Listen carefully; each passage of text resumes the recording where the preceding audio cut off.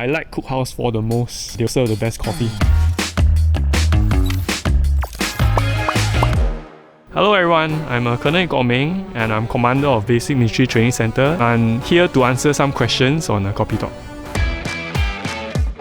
John Wick, besides the fighting sequences, is really the single-mindedness and the determination that he has to fight for something that he holds dear, which is his wife. I think we need that from our NSFs in our defense of Singapore. BMTC trains 16,000 recruits a year. Being the first touch point for all recruits and being a father of 3 sons, I would like to make sure that the training system continues to be safe and effective. They see me going out of the door wearing my uniform every day. I've brought my eldest son to Tekong. I tell him I look after soldiers. I train soldiers. But I think at the end of the day, he's very much excited by just the tanks and the weapons that he sees at Army Open House.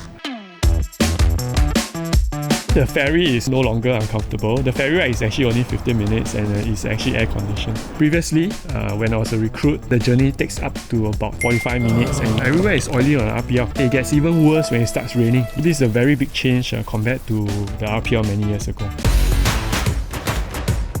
The approach is one of safe, progressive training. Nowadays, we give the recruits their own personal devices so that they can take charge of their learning. Much like what the schools do with their own e-learning, when they go out to the field, they can go through all the practical lessons, and that's when the trainers also answer their questions.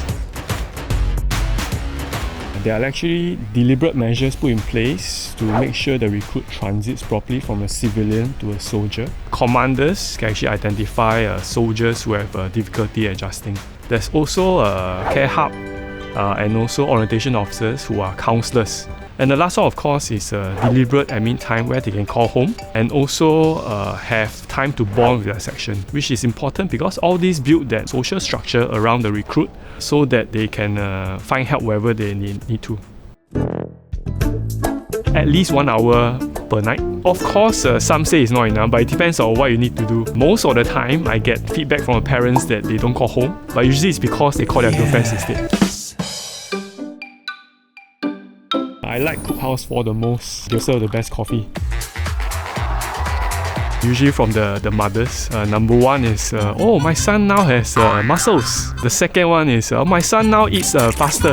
And last one, of course, is my son no longer sits on the couch all day. He actually helps someone around the house.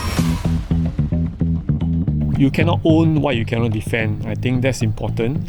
Growing up, the one key event that I remember very vividly is Iraq marching into Kuwait overnight and then taking control of Kuwait. That's something that has struck me when I was in secondary school, and that's what drove me to sign on as well, because I firmly believe in defending the country. Super Speed. My previous nickname was actually The Flash. Many years ago, I could still run very fast, and that nickname kind of stuck. Towards the end of BMT, I found out that I was posted to OCS. It meant another 2 weeks of confinement. So my section mates actually pulled together all their biscuits and pass it on to me, such that I wouldn't go hungry when I go to OCS. To me, that struck me as how close we have gotten in our BMT. I would say take your IPPT because that will save you 2 months of national service. And second, prepare yourself mentally for this transition. Thank you for watching this episode of Kopi Talk. It's been my pleasure and I hope to see you on Tekong soon. Bye bye.